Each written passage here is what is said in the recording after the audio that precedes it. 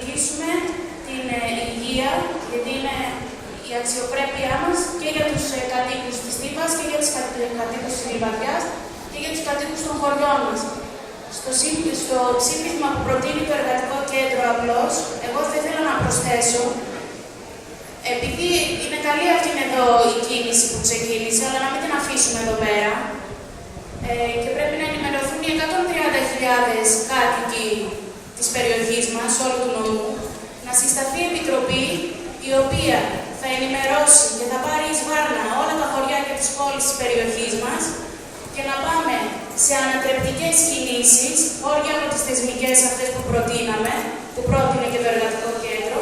να πάμε σε ανατρεπτικές κινήσεις για να βρεθούν τα χρήματα και να στελεχωθούν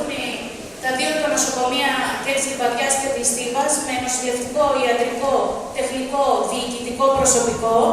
να υπάρξει χρηματοδότηση που αξίζει και στις δύο δομές και στα κέντρα υγείας και οι σύλλογοι εργαζομένων, οι σύλλογοι γονέων και κηδεμόνων, το αναπηρικό κίνημα θα πρέπει να ενημερώσει όλους τους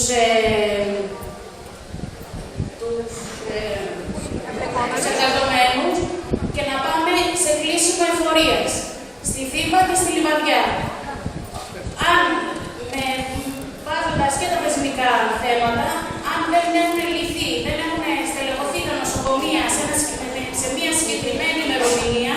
να πάμε σε κλείσιμο της εφορίας Θήβας και Λιβαδιάς και να δούμε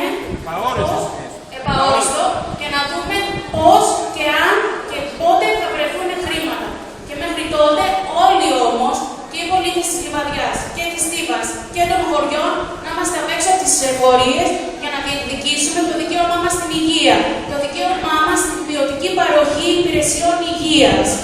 Γιατί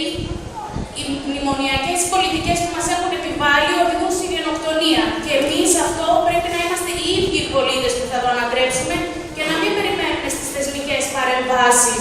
για το αν θα πρέπει να πάμε στην πέμπτη ιδέα, αν θα πρέπει να πάμε στον έναν ή στον άλλον και να